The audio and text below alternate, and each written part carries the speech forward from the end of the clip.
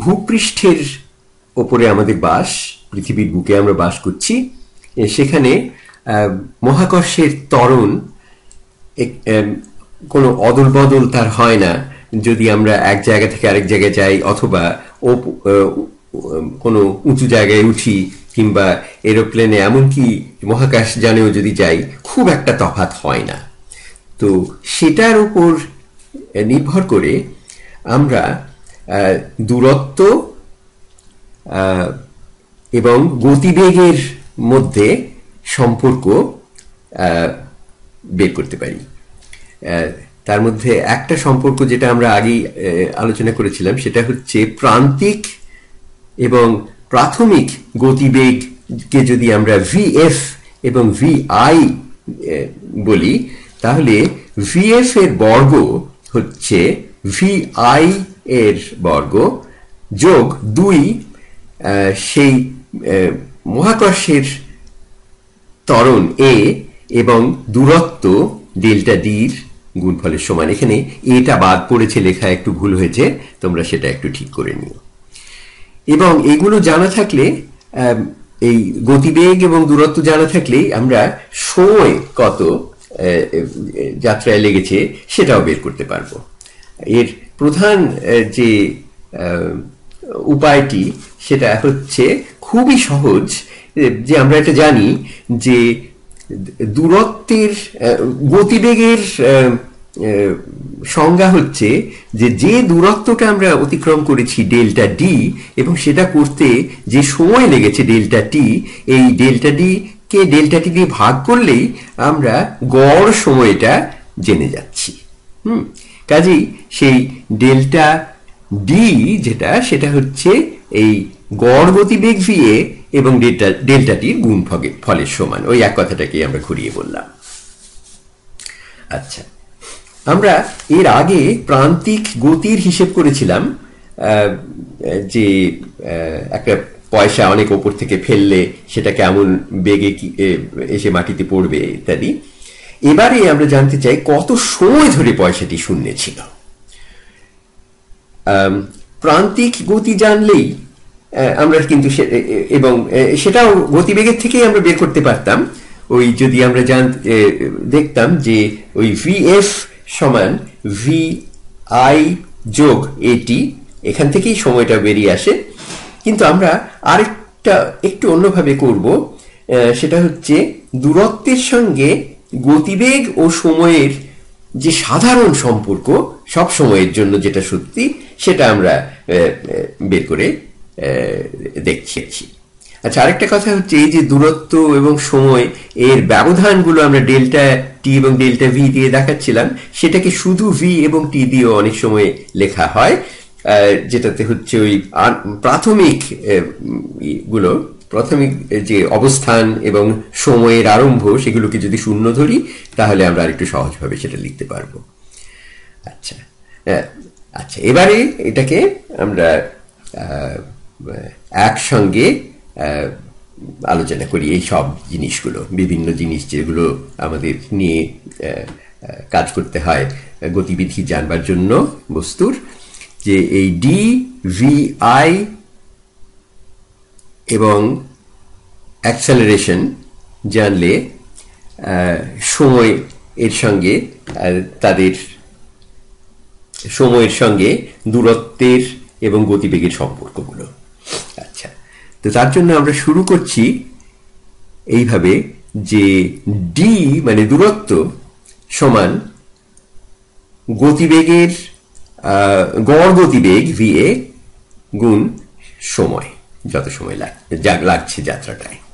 আচ্ছা, এখন সেটাকে আরেক ভি এ যেটা অ্যাভারেজ, সেটাকে আমরা লিখছি তার প্রাথমিক মানে গতিবেগ, প্রাথমিক এবং প্রান্তিক গতিবেগের সঙ্গে তার যোগ হচ্ছে যে ভি এ অ্যাভারেজ গতিবেগ হচ্ছে প্রাথমিক এবং প্রান্তিক গতিবেগের যোগফলের অর্ধেক, গড় গতিবেগ। আচ্ছা, সেটা আমরা লিখে ফেলছি ভিআই যোগ ভিএফ কে 2 দিয়ে ভাগ করে, এবং সেটাকে টি দিয়ে গুণ করছি সে সময়টা। আচ্ছা, তো এখন ভিএফ হচ্ছে ডেল্টা ভি বা ভিএফ বিয়োগ ভিআই হচ্ছে এটি। কাজেই সেখান থেকে আমরা লিখতে পারি যে ভিএফ হচ্ছে ভিআই যোগ এটি। ওকে, আচ্ছা, তো সেই জিনিসটা আমি বসিয়ে দিচ্ছি এই যে ডির যে ফর্মুলাটা আমরা লিখছি তার মধ্যে।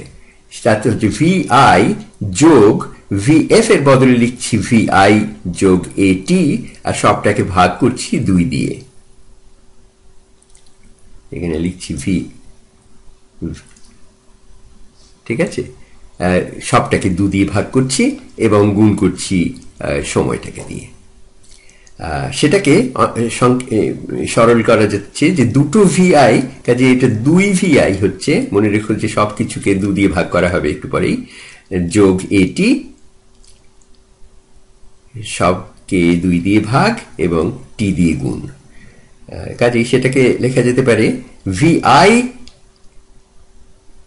ডি সমান ভিআই কে 2 দিয়ে ভাগ করলে, না 2 কেটে যাচ্ছে, কাজে ভিআই টি, ভিআই গুণ টি যোগ অর্ধেক এটি স্কোয়ার। ওকে,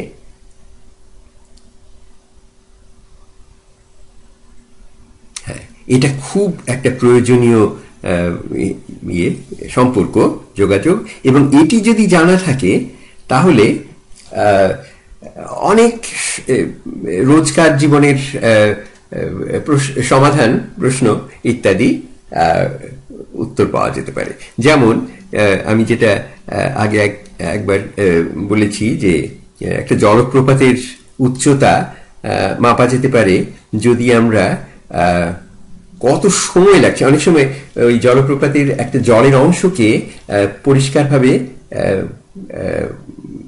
চেনা যায়, এবং সেটাকে ওপর থেকে নিচে পড়তে কত সময় লাগছে সেটা যদি আমরা স্টপ ওয়াচ দিয়ে দেখে নেই, সেটাই হচ্ছে এই টি।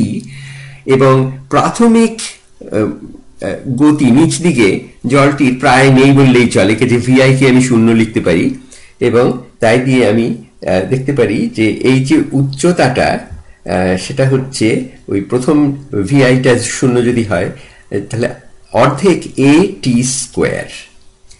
যদি এই সময়টা স্টপওয়াচে যেটা দেখলাম 5 সেকেন্ড হয়, তাহলে এই উচ্চতাটি হচ্ছে অর্ধেক, জি হচ্ছে 10 ধরো মিটার পার সেকেন্ড, তাহলে এটা হচ্ছে মানে 5 আর 5-এর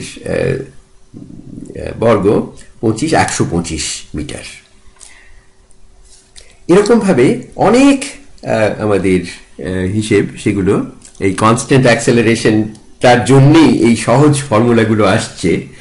এবং এটা গ্যালিলিও প্রথম দেখিয়েছিলেন যে এই কনস্ট্যান্ট অ্যাক্সেলারেশনের জন্যেই যে কোনো জিনিস, ভারী জিনিসই হোক আর হালকা জিনিসই হোক, একই গতিতে মানে পড়ে, তাদের পড়ার গতিবেগ এক, যেটা অ্যারিস্টটল কখনো পরীক্ষা করে দেখেননি বলে সেটা তার সহজ বোধ থেকে অন্যরকম মনে হয়েছিল যে ভারী জিনিস বেশি তাড়াতাড়ি পড়ে। এখানে অবশ্য আমরা হাওয়ার যে বাধা সেটাকে আমরা বাদ দিচ্ছি, তার কারণ সে কারণেই তুলো অনেক আস্তে আস্তে পড়ে, এবং সেটা এই নিয়মের মধ্যে পড়ছে না, তার কারণ হচ্ছে ওই হাওয়ার বাধাটি হচ্ছে অত্যন্ত বড় রকমের ব্যাপার সেখানে।